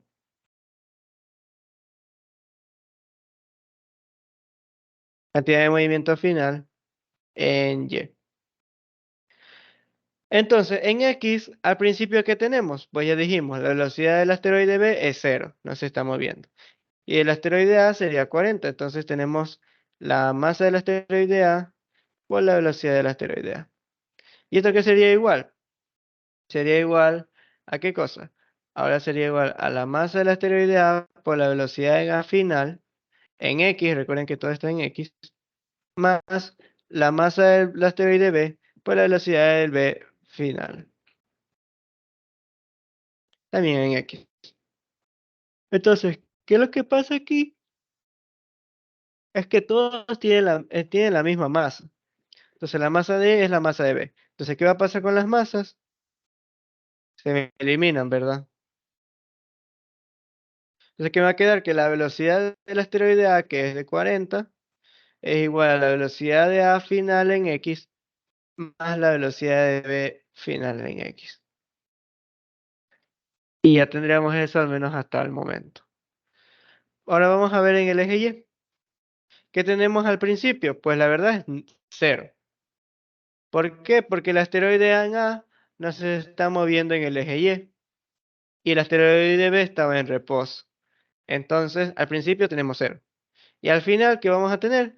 Vamos a tener la cantidad de movimiento del asteroide A final en Y, más la cantidad de movimiento del asteroide B final en Y. Entonces, este de aquí, podemos pasarlo al otro lado, nos va a quedar que la cantidad de movimiento de A final en Y es igual a menos la cantidad de movimiento del asteroide B final en Y. Entonces, ¿qué tendríamos aquí? La masa de A, ¿y qué cosa? La velocidad en A final en Y. ¿Y de B qué tendríamos? Pues tendríamos la menos la masa de B y la velocidad en B final en Y. Entonces, ¿qué va a pasar otra vez con las masas? Se me van a eliminar porque son iguales. ¿Qué vamos a tener entonces? Tenemos la velocidad en A, que sería igual a ¿qué cosa? En Y. Sería igual a velocidad en A por el seno de 30. Y esto es igual al negativo de la velocidad en B por el seno de 45. Acá, ¿qué tendríamos? Tendríamos la 40 y tendríamos la velocidad en A, que sería velocidad en A por el coseno de 30 más la velocidad en B. ¿Y por cuánto? Por el coseno de 45. Entonces, ¿qué podemos hacer con la segunda ecuación? Podemos despejar una de las velocidades. Por ejemplo, podemos despejar la velocidad en A. ¿Cuánto nos quedaría? Menos velocidad en B por seno de 45 y dividido por el seno del seno de 30. ¿Verdad? Nos quedaría eso de ahí. ¿Dónde podemos reemplazarlo? Podemos reemplazarlo acá. Entonces sería menos la velocidad en B por el seno de 45 dividido por el seno de 30 y esto multiplicado por el coseno de 30. Y esto más la velocidad en B por el coseno de 45. Entonces aquí coseno de 30 sobre seno de 30 no es otra cosa que No, chicos, aquí era igual coseno sobre seno. Cotangente, ¿verdad? Entonces aquí nos queda seno de 45 por el cotangente de 30. Y esto más la velocidad en b por el coseno de 45. Entonces, ¿qué puedo hacer aquí? Colocar la velocidad b como factor.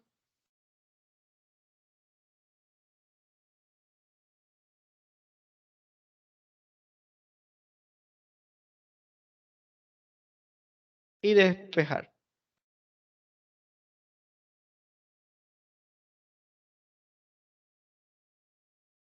Entonces, de esa forma ya podemos calcular al menos la rapidez del asteroide en B. Entonces, veamos cuánto es.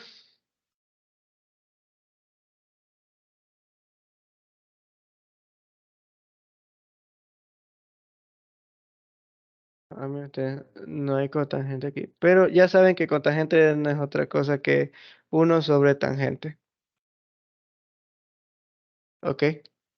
Pueden calcularlo también de esa manera.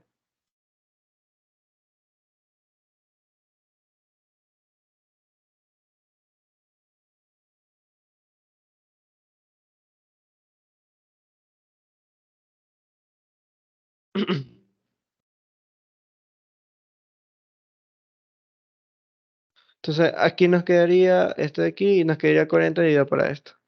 Menos 77,2, ¿verdad?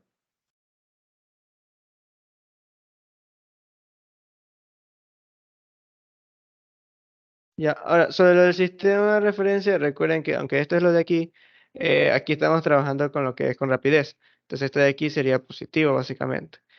Entonces, si aquí lo trabajamos como positivo, ¿qué es lo que va a pasar ahora?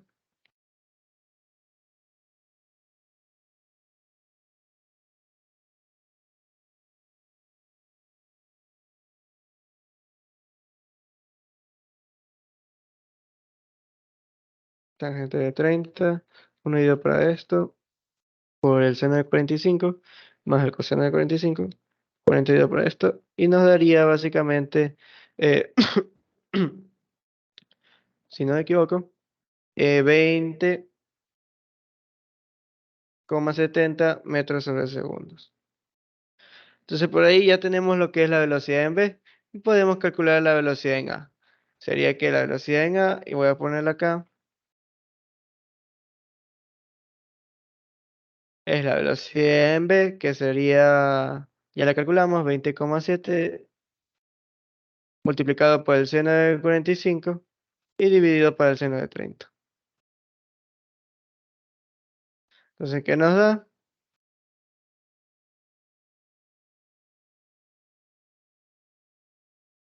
Nos da que es igual a 29,28 metros sobre segundo.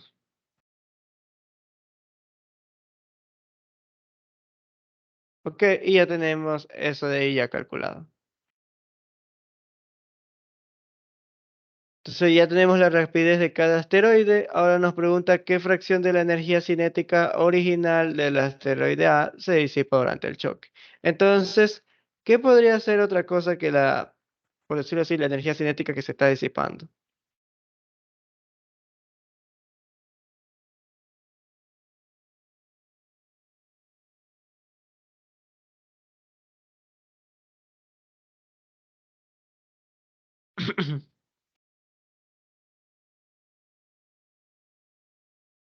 Podría ser, por ejemplo, el cambio de energía cinética de mi asteroide A. Entonces, la energía que se está disipando de mi asteroide A sería igual a la energía cinética final de A menos energía cinética inicial de A. Es decir, un medio la masa del asteroide A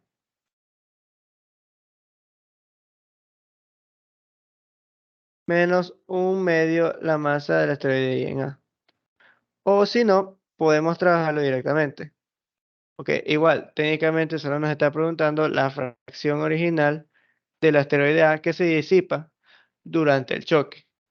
Entonces, solo tenemos que primero, más que nada, calcular lo que es la pérdida. Entonces, ¿qué tendremos aquí? Nos quedaría un medio, nos quedaría la masa de A, obviamente aquí me faltó la velocidad de A final al cuadrado, y la velocidad de A inicial al cuadrado. Aquí nos queda ¿qué cosa? La velocidad al cuadrado final es de 29,8 menos la velocidad inicial, que ¿cuánto era? 40 al cuadrado. ¿Verdad? Entonces, ¿cómo nos va a quedar? 29,8 elevado al cuadrado menos 40 al cuadrado.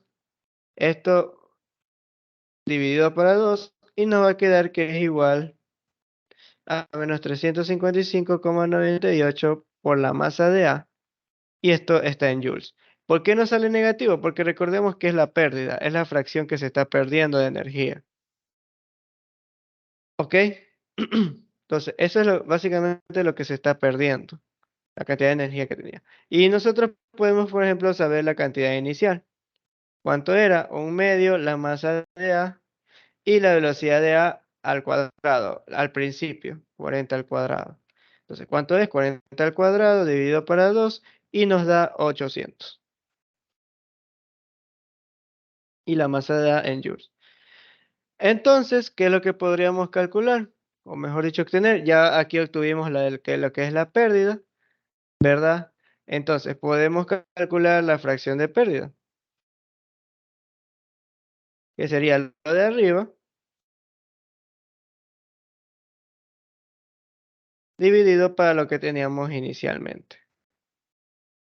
¿Verdad? Esto de aquí es más, si no me equivoco, en sus informes también lo utilizan.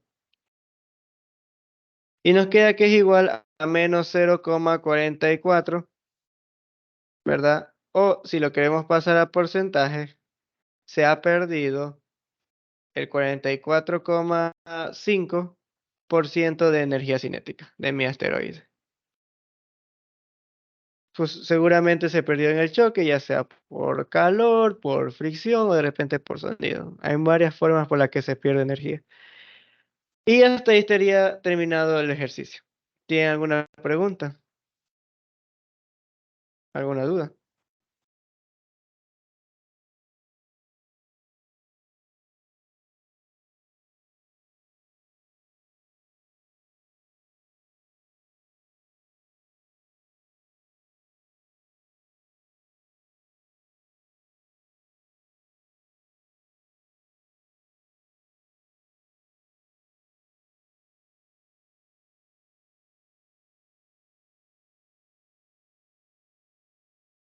¿No tienen ninguna pregunta, ninguna duda? Entonces, no sé si alcancemos, pero si gustan pueden tomarles captura. Les dejo estos dos ejercicios para que lo puedan realizar. Si no, igual el documento se los estaré compartiendo en el grupo. ¿Ok? En este ejercicio de aquí pueden practicarlo. Recuerden que todos estos ejercicios también están en el libro. Y el ejercicio de acá. Entonces, solo sería básicamente eso de ahí lo que nos faltó. Y de ahí ya técnicamente explicamos lo que era impulso y colisión. Entonces, chicos, ¿tienen alguna duda con respecto al capítulo? ¿Alguna inquietud? ¿Algo que quieran preguntar? Sí, por si acaso, aunque no haya lección de esto, en los exámenes sí lo toman. Cantidad de movimiento y centro de masas. Centro de masas casi a veces no va. A no ser, o va como pequeños detalles en algunas preguntas. Pero cantidad de movimiento sí, eso sí segurísimo. Impulso y colisiones sí va.